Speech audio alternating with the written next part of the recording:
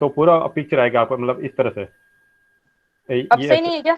ऐसे ऐसे रखोगे ना, तो पूरा पिक्चर अब आएगा आप। ये उसको। अब सही है ना? अब तो आप पूरे टेढ़े हो गए। तो पहले सही था फिर चलो तो। ठीक है, ठीक है, आप ऐसे ही रहने दो, शुरू करो।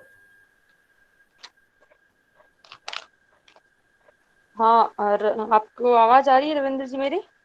बिल्कुल मैम आ रही है। आप अपना संक्षिप्त में परिचय दीजिए।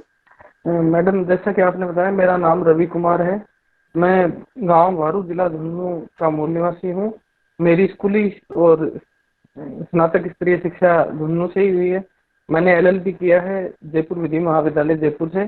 तत्पश्चात मैंने 7 साल 2 माह झुंझुनू सहकारी भूमि विकास बैंक लिमिटेड में बैंकिंग सहायक के पद पे कार्य किया है। वर्तमान में मैं कनिष्ठ लेखाकार के पद पे सामुदायिक स्वास्थ्य केंद्र मंडावा में पदस्थापित हूँ। आप पीएलडीबी में रहे हैं, आपका वहाँ जी। क्या था, कार्य क्या था? मैं बैंकिंग सहायक था मैम। बैंकिंग सहायक थे। जी मैम। वसूली और इसमें आपकी कोई भागीदारी रहती थी? जी मैम, मेरे पास 2 वर्ष तक केशियर पद का चार्ज आया, तो वसूली की राशि जो है वो जमा करने की जिम्मेदारी मेरी होती थी। अच्छा अच्छा। तो इसमें आजकल वसूली का बहुत बड़ा इश्यू रहता है, पता है आपको? हाँ जी मैम, राज्य औसत से जैसे 50% के आसपास ही वसूली हो पाती है। और चूंकि जो वाणिज्यिक बैंक हैं उनसे प्रतिस्पर्धा अधिक होने के कारण और ब्याज दरें इन बैंकों की ज्यादा होने के कारण व्यापार भी काफी कम हो गया है। ओके। प्रतिस्पर्धा की बात की है तो वर्तमान में जो निजीकरण बढ़ रहा है और सरकारी जो क्षेत्र में कार्यरत संस्थाएं हैं उनको प्रतिस्पर्धा करनी पड़ेगी निजी क्षेत्र के साथ में। जी तो मैम। उसमें कहाँ क्या कमियां आपको नजर आ रही है प्रतिस्पर्धा के लेवल पर? जी मैम, एक तो जैसे भूमि विकास बैंक के संदर्भ में मैं आपको बताना चाहूंगा कि भूमि विकास बैंक में जमाई नहीं स्वीकार की जाती। तो जो उनको पुनर्गठन किया जाता है वो नाबार्ड के माध्यम से किया जाता है। और मध्यस्थ के रूप में एसएलडी भी होता है बीच में। तो ब्याज दरें अधिक हो जाती हैं। और जो कॉमर्शियल बैंक हैं और जो सरकारी अन्य बैंक हैं वो अपनी जमाओं के माध्यम से प्रत्यक्ष जो है साख सर्जन का कार्य करते हैं, तो उनकी जो ब्याज दरें हैं वो बहुत कम होती हैं। इसके अलावा उनका जो प्रबंधन है वो भी काफी बेहतर है निजी बैंकों की तरह, क्योंकि निजीकरण है वो जो संस्थाएं बीमारू अवस्था में है, जिनका प्रबंधन अच्छा नहीं है, तो उन संस्थाओं का निजीकरण किया जा सकता है। उसके माध्यम से एक तो जो सुविधाएं हैं उनमें वृद्धि होगी और सरकार को भी राजस्व की प्राप्ति हो सकेगी। अच्छा, पीएलडीबी में कितने तरह के लोन दिए जाते हैं, कितने टाइप्स के लोन होते हैं? मैम, एक तो माइक्रो इरिगेशन स्कीम है, एक ग्रामीण गोदाम स्कीम के लिए दिया जाता है। इसके अलावा बीच में फसली ऋण भी दिया जाता था। और ग्रामीण आवास के लिए ऋण दिया जाता है। विविधीकृत योजना, उसके माध्यम से भी ऋण दिए जाते हैं, जिसमें विविधीकृत योजना में डेयरी है, पोल्ट्री है, एमू बर्ड पालन है, इत्यादि के लिए लोन दिए जाते हैं। इसमें लोन डिस्ट्रीब्यूशन के समय कुछ स्व विवेक अधिकार होते हैं क्या सेक्रेटरी के पास में? जी मैम, क्योंकि जो डीएल की तरह हैं उनके 60% तक साख सर्जन का कार्य करते हैं, तो सचिव इस स्तर पे ऐसी संभावनाएं नहीं होती। संभावना नहीं होती है? जी मैम। अच्छा ठीक है। आप ये बताओ कि आपने जो इन दो क्षेत्रों में काम किया है, अभी आप सामुदायिक स्वास्थ्य सेवाओं में भी कार्यरत हैं, तो जी इन मैम। दोनों ही सेवाओं का जो अनुभव आपने ग्रहण किया है उसका आप वर्तमान जिस सेवा में आना चाहते हो वहां कैसे उपयोग करोगे? जी मैम, एक तो प्रशासन की जो प्राथमिक सोपान है, उनकी उन जो प्राथमिक पद हैं उन पे मैं रहा हूँ। तो उनके माध्यम से जो प्रशासन में छोटी छोटी त्रुटियां हैं या जो लाल फीताशाही है उसको कम किया जा सकता है। क्योंकि जो रेट टेपिज्म है, जो जनता को सुविधाएं नहीं मिलने के आरोप अक्सर जो कर्मचारी वर्ग है उसी पे लगता है। तो एक तो जो समस्याएं हैं उनका मैं निराकरण अच्छे से कर सकता हूँ। इसके अलावा जो जवाबदेही की प्रक्रिया मैंने सीखी है इन संस्थाओं के माध्यम से, तो उसे भी मैं कुशल एक प्रशासक के रूप में ला सकता हूँ। जो समस्याएं आम आदमी को विभिन्न कार्यालयों में आने के समय जो जिन समस्याओं का सामना करना पड़ता है उन समस्याओं का समाधान किया जा सकता है। ओके, ये कोऑपरेटिव फेडरलिज्म क्या होता है? Sorry ma'am. सहकारी संघवाद। जी मैम, सहकारी संघवाद से मैम आते हैं कि जो राष्ट्र निर्माण की प्रक्रिया है और विकास में जो भागीदारी है उसमें केंद्र और राज्य सभी साथ मिलकर एक प्रतिस्पर्धी स्वरूप में कार्य करें, वही सहकारी संघवाद है। वर्तमान में इसमें काफी विवाद हो रहे हैं, तो आपका क्या मानना है, क्या समस्याएं अभी चल रही है केंद्र और राज्य के बीच में? जी मैम, समस्याएं केंद्र और राज्यों के मध्य जो समस्याएं हैं वो स्वतंत्रता कालीन दौर से ही देखी जा रही हैं। क्योंकि राज्य और केंद्रों के मध्य अधिकारों को लेकर कुछ समस्याएं देखने को मिलती हैं। जैसे विभिन्न प्रकार के करों को लगाने के समय हो या एक दूसरे के अधिकारक क्षेत्र में जाकर कानून बनाने से संबंधित जो भी समस्याएं हैं, तो उन समस्याओं को समय समय पर उठाया जाता है जो अंतर्राज्यीय परिषदें हैं उनके माध्यम से भी, और इससे लोकतंत्र जीवंत और मजबूत ही हो रहा है मैम। अच्छा, आपके कहने का अर्थ है कि इनके बीच में प्रतिस्पर्धा होनी चाहिए और सहयोग भी होना चाहिए। जी मैम। ओके, अभी हाल ही राजस्थान स्टेट में जो महिलाओं के खिलाफ जो अपराध है वो काफी बढ़ रहे हैं, जी मैम। आपका क्या मानना है, बढ़ रहे हैं? जी मैम, निश्चित रूप से अपराधों में वृद्धि हुई है। दिसंबर माह में 420 महिलाओं के खिलाफ अपराध हुए थे जो जनवरी माह में बढ़कर लगभग 500 से अधिक हो गए।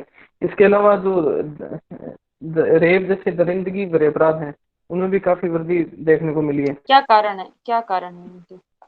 मैम, इसके लिए चूंकि आज कल ही एक निर्णय आया, 5 साल की एक मासूम बच्ची के साथ दरिंदगी की गई थी, तो उसमें माननीय न्यायाधीश महोदय ने भी जो दो प्रमुख बिंदु हैं उन पे उनको इंगित किया है, जिनमें से एक तो नशे की बढ़ती प्रवृत्तियां और एक पूर्ण जो सामग्री है वो भी काफी सुलभ मात्रा में आसानी से लोगों तक पहुंच जाती है, जिससे वो मानसिक विकृति का शिकार हो जाते हैं। और क्योंकि इन अपराधों के पीछे मानसिक विकृतियां ही एक बड़ा कारण है।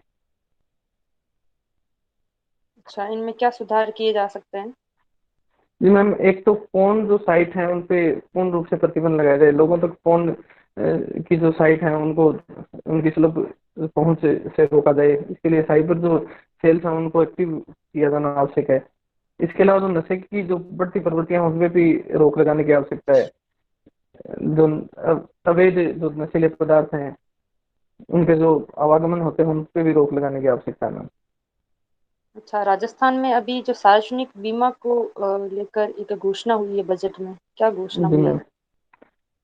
जी मैम, राइट टू हेल्थ की घोषणा की है माननीय मुख्यमंत्री महोदय ने इसी बजट में, और उसके माध्यम से 8.5 कुछ जो संवर्ग हैं जैसे राष्ट्रीय खाद्य सुरक्षा अधिनियम है, इसके अलावा जो सोशल इकोनॉमिक कास्ट सेंसस है 2011, और जो संविदा कर्मी है उनको तो ये निःशुल्क मिलेगी। इसके अलावा जो भी पात्र परिवार है उनको 850 रुपये वार्षिक बीमा के ऊपर 5 लाख रुपए तक का इलाज, कैशलेस इलाज दिया जाएगा। ठीक है Ravindra ji. Ravi thank you ji, ma'am. अब आगे कौन मेंबर है?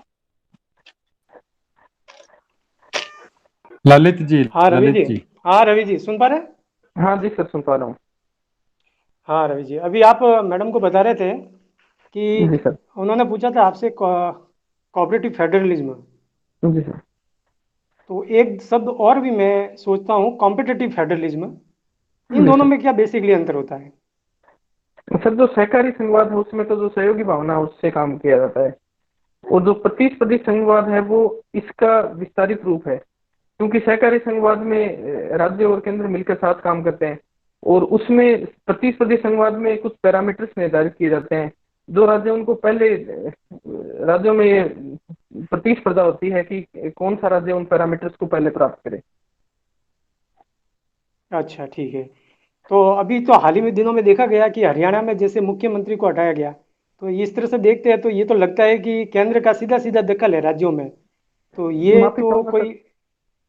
हरियाणा में मुख्यमंत्री, जी सर, उत्तराखंड में मुख्यमंत्री उत्तराखंड को में, सॉरी हटाया सॉरी गया। सॉरी सॉरी, जी सर। उत्तराखंड की बात कर रहे थे। उत्तराखंड में अभी मुख्यमंत्री को हटाया गया है, उनकी जगह तीरथ सिंह जी को अपॉइंट किया गया है। तो ये एक तरह से देखा जाए तो सीधा सीधा केंद्र का दखल नहीं लगता आपको? जी नहीं सर, इसको केंद्र की दखल नहीं मानते हैं। जो भी वहाँ के विधायक हैं, उन विधायकों की जो राय है, उस राय के आधार पे ही मुख्यमंत्री को परिवर्तित किया गया है। तो अभी हाल ही में हमने देखा पुडुचेरी में भी ऐसा ही मामला देखने में आया। क्या केंद्र शासित प्रदेशों को एक स्वस्थ लोकतंत्र को स्थापित करने की आज़ादी नहीं होनी चाहिए क्या? उस मामले में आपकी क्या राय है? सर निश्चित रूप से जो केंद्र शासित प्रदेश है उनको थोड़ी स्वायत्तता दी जानी चाहिए। जैसे जो दिल्ली सरकार बनाम जो केंद्र सरकार वाद था, उसमें माननीय सर्वोच्च न्यायालय ने भी निर्णय दिया था कि जो उपराज्यपाल है उसकी भूमिका थोड़ी सीमित किए जाने की आवश्यकता है। और जो जो वहाँ की जो स्थानीय सरकार है उसको भी कुछ सोच समझ कर और संभल कर निर्णय लेने की आवश्यकता है। बिल्कुल। अभी हाल ही में सरकार ने पीएलआई स्कीम्स जारी की है, तो इसमें आपको क्या लगता है कि कुछ इसमें लूपहोल्स है क्या, या फिर कुछ ऐसी चुनौतियां है कि इस स्कीम्स को बाधित करेगी? ऐसी कौन कौन सी चुनौतियां या ऐसे लूपहोल्स आएंगे जो इसको आपकी नज़र में उसको थोड़ा सा कमजोर करेगी, पीएलआई स्कीम्स को? सर माफी चाहूंगा, मैं पीएलआई स्कीम्स के बारे में पढ़ नहीं पाया। चलो ठीक है। अभी हाल ही बजट में एक योजना शुरू की थी, जीवन रक्षक योजना, जी सर। राजस्थान सरकार में। जी सर। उसके बारे में कुछ बताइए। जी सर, राजस्थान सरकार ने जो जीवन रक्षक योजना शुरू की है वो सड़क सुरक्षा से संबंधित है। जब सड़क पे दुर्घटनाएं हो जाती हैं तो जो पीड़ित घायल हैं उनको अस्पताल पहुंचाने पर कुछ समस्याओं का सामना करना पड़ता है। जैसे सामान्यतः जो व्यक्ति है वो उन्हें पहुंचाने से हिचकिचाता है, पुलिस का कार्रवाई भी उसमें एक बहुत बड़ा कारण है। तो राज्य सरकार ने जो घायल हैं उनको समय पे इलाज मिल सके उसको प्रोत्साहित करने के लिए जो पीड़ित व्यक्ति को जो लेकर अस्पताल में जाएगा उसको 5,000 रुपए प्रोत्साहन राशि प्रदान की जाएगी। ऐसी एक योजना शुरू की है जिसको जीवन रक्षक योजना नाम दिया गया है। अच्छा, इसमें केंद्र सरकार के संदर्भ में देखें तो अभी हाल ही में घर घर औषधि योजना शुरू की गई थी, इसके बारे में कुछ जानकारी दीजिए। माफी चाहूंगा सर, मैं इस बारे में नहीं पढ़ पाया। चलो ठीक है सर। आपकी हॉबी हॉबी सर आवाज नहीं आ रही। आपकी क्या हॉबी है सर? आपकी हॉबी सर क्या है सर हॉबी? जी जी सर। सर मेरी हॉबी हिंदी आप के उपन्यास पढ़ना और राजस्थानी खाना बनाना। राजस्थान में आप कौन सी डिश पसंद करते हैं बनाने में? जी सर, मैं लापसी भी बना लेता हूँ। जो आटे का हलवा है वो बना लेता हूँ। इसके अलावा सर जो पंचकुटा कुट्टे की सब्जी होती है वो बना लेता हूँ। कैर सांगरी की सब्जी बना लेता हूँ। अच्छा, ये राजस्थानी जो डिश होती है, वो राजस्थानी डिश और गुजराती डिश, जी सर। अगर ये दोनों एक देखें हम, तो इनमें बेसिकली क्या डिफरेंस है? सर राजस्थानी खाना है उसमें मसालों और तेल का अधिक होता है, जबकि गुजराती गुजराती खाना है वो अ, मीठा होता है। और राजस्थानी खाना है वो उसमें तीखापन होता है। ये एक बेसिक डिफरेंस है अच्छा, दोनों दाल खानों बाटी चूरमा भी बना लेते हैं आप? दाल बाटी चूरमा बना लेते हैं आप? में। बिल्कुल सर। अच्छा, इसमें जो बाटी कामन लेते हैं चूरमा में, जी सर। वो किस तरह से बनाते हैं? सर जैसे आटा लिया जाता है और आटे को मोड़ करके फिर छलनी में से छान लिया जाता है। उसके बाद सर उपलों की एक सेज जैसी सजाई जाती है और उस पे जब वो उपले जल के राख में तब्दील हो जाते हैं, जब उनमें हीट रहती है तो उस हीट के अंदर उनके गोल गोल। नहीं, ये हाँ बिल्कुल बिल्कुल सही है, लेकिन इसमें मैं बिल्कुल। ये पूछना चाह रहा था कि क्या एक ही तरह से बाटे बनते हैं दाल बाटी चूरमे में, या अलग अलग कोई प्रकार होते हैं इसमें नहीं बाटी सर, बनाने अलग के? अलग अलग अलग प्रकार से बनती है सर। अच्छा ठीक है ठीक है। चलो ठीक है सर, नेक्स्ट नंबर। जी थैंक यू सर। हाँ रवि जी, आवाज़ आ रही है मेरी? बिल्कुल सर, आवाज आ रही है। आप राजस्थानी बनाना पसंद करते हैं, तो इसमें जब पश्चिमी राजस्थान विशेषकर से मिर्च का ज़्यादा प्रयोग क्यों किया जाता है? लोग ज़्यादा खाने के शौकीन हैं, क्या कारण है? जी सर। सर एक तो मिर्च ज्यादा खाने से पसीना आता है, तो चूंकि पश्चिमी राजस्थान है उसमें गर्मी अत्यधिक पड़ती है। तो जो पसीने की मात्रा निकलती है उससे जो कपड़ों में है वो प्राकृतिक वातानुकूलन बना रहता है, ठंडक महसूस होती है। तो गर्मियों के दिन में इसलिए ज्यादा मिर्ची खाई जाती है सर। श्योर है आप इसके बारे में, यही एक बिल्कुल कारण? सर। ओके। आप कनिष्ठ लेखाकार हैं? जी सर। आपका वीडियो नहीं आ रहा है, ऑफ हो गया? सर लाइट चली गई, अंदर जैसा मौसम अच्छा, बना हुआ कच, है। ओके ओके, कोई बात नहीं।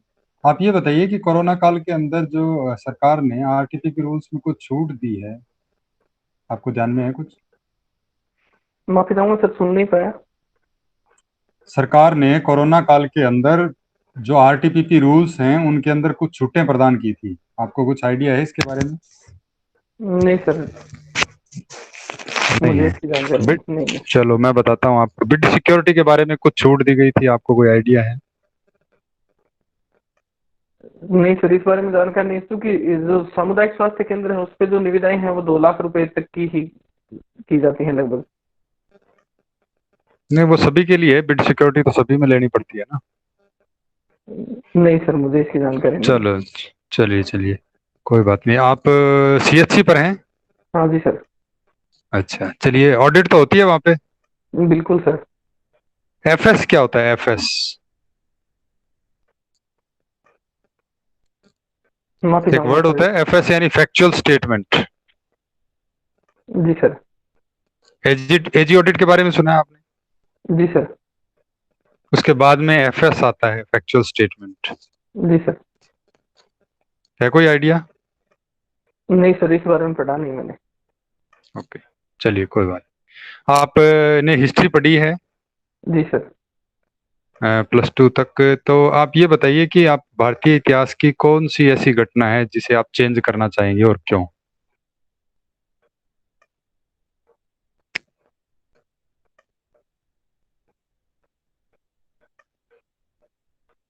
हेलो?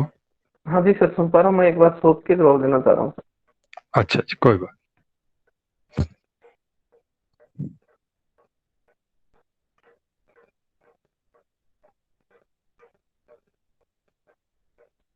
जी सर। सर मैं भारतीय इतिहास की जो घटना है महात्मा गांधी जी की हत्या, उसको चेंज करना चाहूंगा सर। क्यों? सर अगर, क्योंकि उस समय देश आजाद ही हुआ था, और अगर गांधी जी 10-20 साल भी और जिंदा रहते तो संभवतः यह देश की स्थितियां कुछ और बेहतर होती। गांधी जी की जब हत्या हुई कितने साल के थे वो? सर 80 साल के थे। 80? जी सर। तो क्या आपको लगता है वो 20 साल और जी पाते?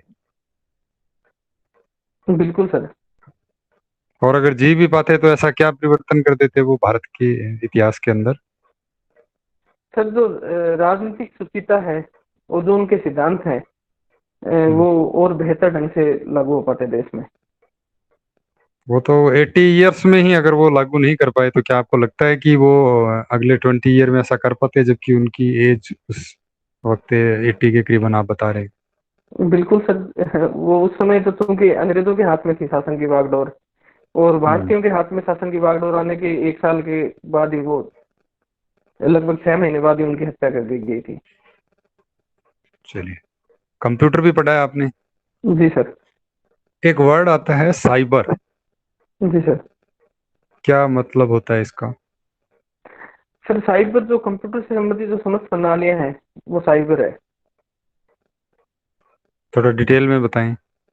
जी सर, जैसे कंप्यूटर के माध्यम से एक जो यंत्र, कंप्यूटर एक मशीन है और मशीनों का आपस में जो भी जुड़ाव है उसके माध्यम से जितनी भी गतिविधियां की जाती हैं वो सभी साइबर है सर। और साइबर सुरक्षा? सर उन प्रणालियों को जो अन्य प्रणालियों से जो आक्रमण किया से बचाव की जो युक्तियां अपनाई जाती हैं वो साइबर सुरक्षा है। चलिए, विधि के विद्यार्थी भी रहे हैं आप? जी सर। तो मेरा ये प्रश्न है कि केंद्र और राज्यों को अलग अलग सब्जेक्ट्स दिए गए हैं विधि के निर्माण के, जी सर। सही है? बिल्कुल सर। लेकिन वर्तमान समय में ये देखा जा रहा है कि केंद्र जो है बहुत सारे राज्य सूची के विषयों पर जो है उसमें विधि का निर्माण कर देता है और उससे टकराव की स्थिति पैदा होती है। तो हमारा जो बिल्कुल फेडरल सिस्टम है, तो क्या आप मानते हैं कि इस तरह की गतिविधियां हाल ही के समय में हुई हैं और उनको रोके जाने के लिए आप क्या सुझाव देना चाहेंगे? सर, निश्चित रूप से स्वतंत्रता के बाद से ही ऐसी समस्या देखने को मिली है कि जब कुछ राज्य सूची के जो विषय हैं उन पे केंद्र सरकार कानून बना देती है, लेकिन सर इसको रोकने के का सबसे प्रमुख कारण है कि माननीय सर्वोच्च न्यायालय का सहारा लिया जा सकता है।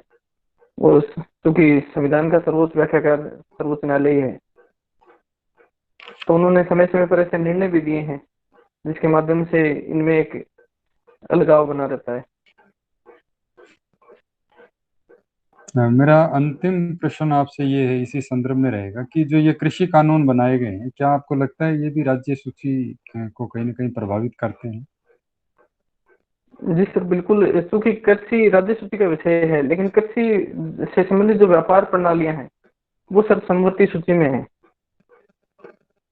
तो इसलिए जो किसान हैं और जो कुछ राज्य हैं उनकी भी शंकाएं हैं कि केंद्र सरकार ने राज्य सूची के विषय में हस्तक्षेप किया है, जबकि जो कृषि व्यापार है और कॉन्ट्रैक्ट फार्मिंग है वो सर समवर्ती सूची में है।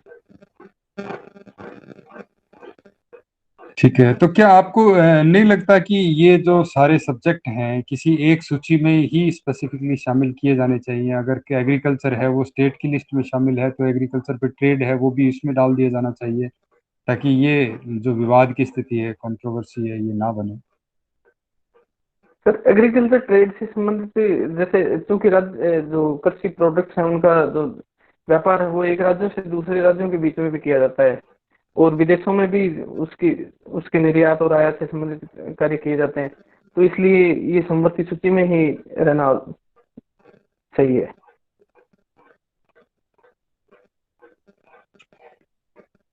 ठीक है सर, आपका इंटरव्यू तो जी, थैंक कंप्लीट यू। हो गया।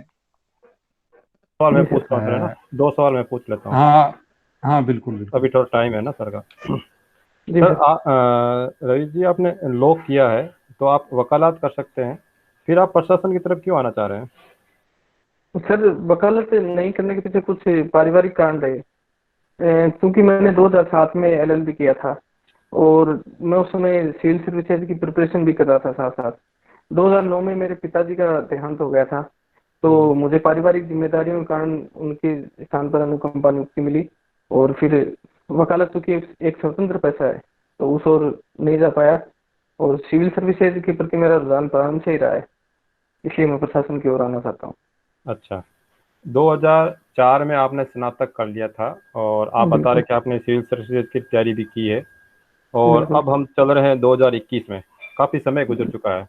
जी सर। तो इसके पीछे क्या कारण मानते हैं आप? क्या कारण रहे कि आप अभी तक सफल नहीं हो पाए हैं, या जो आप चाह रहे थे अभी तक आपको नहीं मिल पाया है? जी सर। सर, मुझे लगता है कि कहीं ना कहीं प्रयासों में कोई कमी रही है जिसकी वजह से मेरा चयन नहीं हो पाया।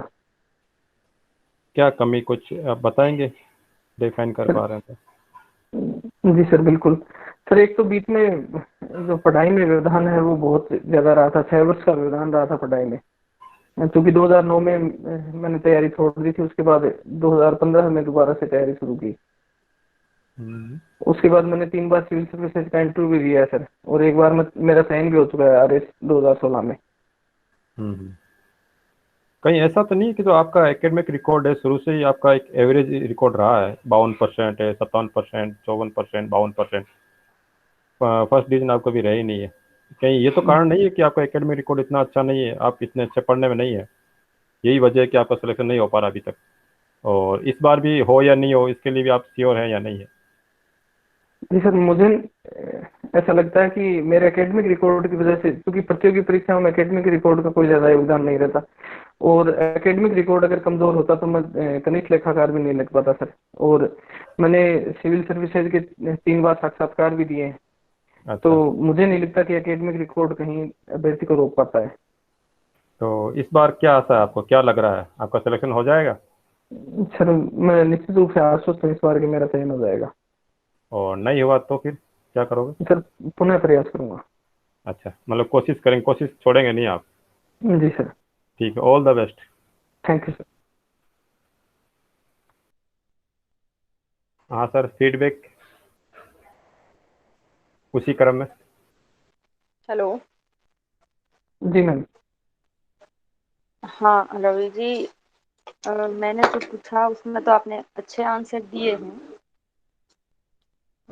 जी मैम।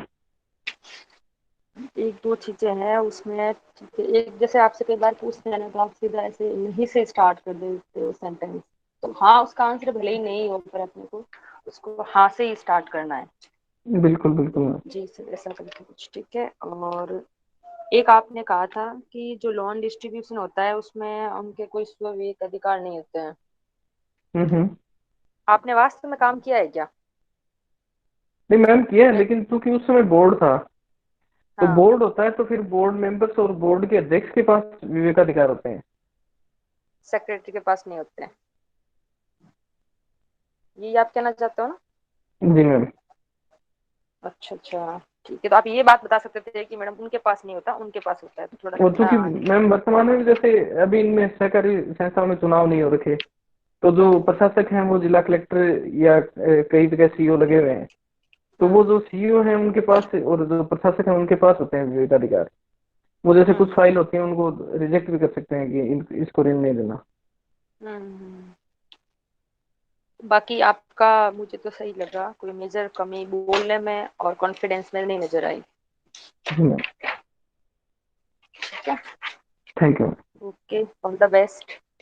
थैंक जी रवि जी। यू। जी सर। हाँ बिल्कुल सर, आंसर आपके सधे हुए थे। बिल्कुल प्रैक्टिस बढ़िया है सर। और इसमें एक था सर, मैं वो कुछ योजना है जो फ्लैगशिप योजना है इंडिया की, उसके बारे में हम्म। कम से कम सर अपन को पता होना चाहिए। जैसे मैंने पीएलआई के पूरा बारे में आपको पूछा था, सर मैं तो ये तो पीएलआई आज ही राज्यसभा टीवी पे देख रहा था, 5 मिनट की हाँ। देख रहा है, उसके बाद नहीं देखी मैंने। अच्छा सर, इसके बारे में आप थोड़ा पढ़ना। जी बिल्कुल सर। ये कुछ 13 सेक्टर्स है जिसमें हाँ इनिशिएटिव हाँ लिया सर। है गवर्नमेंट ने, जी सर। और कुछ इंसेंटिव देंगे। कुल मिला के मैन्युफैक्चरर्स को बढ़ाना है, एक्सपोर्ट को बढ़ाना है इसमें, और जी सर। 5% कुछ इंसेंटिव का भी है इसमें। जी सर। तो इसमें कुछ चुनौतियां भी होगी, तो वो चुनौतियों के बारे में पूछा था मैंने, कहा कि इसमें कुछ ही सेक्टर्स को लिया गया है। तो कुछ जैसे एसएमए जो सेक्टर होते हैं, जी बिल्कुल सर। हाँ, सूक्ष्म लघु जो उद्योग होते हैं उनको हाँ एमएसएमई उनके का। हाँ उनको नज़रअंदाज किया गया है। जी। बाकी कुछ सोशल हेल्थ प्रॉब्लम्स भी होगी जो वर्कर्स हैं उनके लिए, तो कुछ चुनौतियां उसमें भी होगी। दूसरा बिल्कुल सर सर। वो सवाल आप हमने डिस्कस किया था, केंद्र और राज्य सरकार का जो संबंध होता है उस पे। तो हम्म। उत्तराखंड सरकार में जैसे सीएम को हटाया गया और उसके जगह दूसरों को लगाया गया, मैंने कहा था केंद्र का इसमें क्या है, सीधा इंटरफेयर है। तो आपने सही स्टैंड लिया, बढ़िया, कि नहीं ये एक लोकतंत्र है और विधायक की जो दल का नेता होता है सीएम होता है, और वो जब तक ये सीएम या दल का नेता रहता है जब तक विधायकों का समर्थन रहता है। सही था आपका बिल्कुल। सर स्टैंड, बिल्कुल सही है। लेकिन वो केंद्र शासित प्रदेश वाला जो मुद्दा था, पुडुचेरी वाला, हम्म। उसमें कुछ जो उपराज्यपाल होते हैं वहाँ पे, हम्म। उनके द्वारा जो मनोनीत सदस्य होते हैं उनका कुछ उसमें स्टैंड होता है कि वो जो मनोनीत सदस्य होते हैं ना, वो सरकार को अस्थिर कर सकते हैं। तो उसके हम्म। बारे में थोड़ा सा अपन को मालूम होना चाहिए। जी सर, और मैं पढ़ लूंगा इसके बारे में। हाँ, इसके बारे में आपको पढ़ना पड़ेगा। एक बाकी योजना थी वो औषधि योजना, घर घर औषधि औषधि योजना। तो उसमें हम्म। बताया गया है कि भाई औषधि जो पौधे होते हैं उनको प्रमोट करना है, और उनकी हम्म। फुलवारियाँ वगैरह लगानी है घरों में। अच्छा। बाकी तो ठीक था सर, हॉबी के बारे में भी आपका अच्छा है, तैयार है, कोई दिक्कत नहीं सर। जी sir. Thank okay sir, best of luck है ना सर। Thank okay sir. हाँ रवि जी, यू। जी सर। ओवरऑल आपका इंटरव्यू ठीक था। शुरू में आपने जो है कॉन्फिडेंस भी आपका अच्छा है और आंसर भी आप अच्छे दे रहे थे, फ्लो भी ठीक था आपका। बाद में थोड़ा सा एक दो क्वेश्चन मैंने पूछे तो उनमें मुझे लगा, एक तो आपके मेडिकल जो वालों में जॉब से गड़बड़ हुई रिलेटेड सर। था। बिल्कुल सर। हाँ हाँ, जो जॉब से रिलेटेड था ना आपका, हम्म। ये इसमें भी क्या है कि जैसे बिड सिक्योरिटी का ये काफ़ी चर्चित है, मतलब अकाउंट्स में तो काफ़ी चर्चित है। वहाँ अगर कोई आईएएस भी बैठता है तो उसको भी इस चीज़ का पता होगा, तो ये थोड़ा सा आप देख लेना। हम्म। सर को गवर्नमेंट ने क्या किया कि बिड सिक्योरिटी जो होती है उसको बिल्कुल माफ करके और एक एफिडेविट की व्यवस्था करी है कोरोना काल में, हम्म। कि वो अमाउंट की जगह अपना एक एफिडेविट दे दे भी, हाँ ठीक है मैं ये इसको इसके तौर पे, तो उससे काम चल जाएगा, है ना। जी सर। तो ये काफ़ी चर्चित है, तो इसको आप देख लें। और एफएस जो होता है वो सर ऑडिट के एफएस अंदर होता कहते है। हैं उसको, ऑडिट शेड्यूल रिपोर्ट ये कहते हैं ऐसा। नहीं, वो फैक्चुअल स्टेटमेंट होता है ये। हम्म। ये जब भी एजी ऑडिट आती है तो पहले ऑडिट रिपोर्ट होती है, उसके 1 मंथ के अंदर अगर वो नहीं होता है, आप उसका रिप्लाई नहीं करते हैं, तो फिर वो पेंडेंसी में आ जाता है। तो फिर उसके लिए एजी वाले जो है जयपुर में ही आपसे एक रिपोर्ट मांग के फैक्चुअल स्टेटमेंट बनाते हैं उसका। उस दौरान भी आप वहाँ बताते हो तो वो ड्रॉप हो सकता है, जी सर। तो उसको फैक्चुअल स्टेटमेंट कहा जाता है ना। तो ये हल्का सा आप इसको एजी ऑडिट को जरूर देख लें, क्योंकि आप अकाउंट से जुड़े हुए हैं। बिल्कुल सर। तो ऑडिटिंग का क्या सिस्टम होता है, कैसे होती है, कैसे रिपोर्टिंग वगैरह चलती है। बाकी जो है आपने एक एक क्वेश्चन मैंने आपके एक सब्जेक्ट से लेने का किया था कि भारतीय इतिहास की कौन सी घटना है, तो ठीक है, आपने अपने हिसाब से उसको चुना, उसे जो जस्टिफाई करने का प्रयास किया। तो लेकिन आप उसको जस्टिफाई करते करते कुछ कॉन्फिडेंस मुझे लगता है कि कुछ उसमें आपका लो हुआ था, आप फुली कॉन्फिडेंट उसमें नहीं थे। कहीं हो सकता है आपको लगा हो कि मुझे दूसरी कोई घटना बतानी चाहिए, ऐसा कुछ मुझे महसूस हुआ। उसके बाद में आपका जो साइबर वाला था वो नॉर्मल आंसर ठीक था, पर मुझे लगता है कि आप कंप्यूटर आपने पढ़ा है तो थोड़ा सा और उसको आप बेटर बना सकते थे। बिल्कुल सर। ठीक है। और विधि पे जो क्वेश्चन था वो आपका सेटिस्फैक्टरी था, आपने जो कृषि कानून की बात हुई, दूसरे जो चीजें थी वो आपने ठीक बता दी। जी बिल्कुल। तो ओवरऑल रूप से अगर देखा जाए तो जॉब को छोड़ के आपका काफी अच्छा है। आपका जैसे आपने अभी बताया कि आपने सिविल सर्विसेज के इंटरव्यू भी दिए हैं, और तो वो कॉन्फिडेंस आप में नज़र आता है। तो मेरे हिसाब से आपका ओवरऑल जो है बहुत ही बढ़िया है, कोई दिक्कत वाली बात इसमें नहीं है। तो मेरी तरफ से आपको बेस्ट ऑफ लक है। Thank you sir. आप सफलता प्राप्त करें। ओके। बिल्कुल बिल्कुल, all the best Ravi ji, बहुत अच्छा थैंक यू इंटरव्यू था सर। आपका। ठीक है। आपका मेरा एकेडमिक रिकॉर्ड कॉमन है वैसे, 99 मेरा भी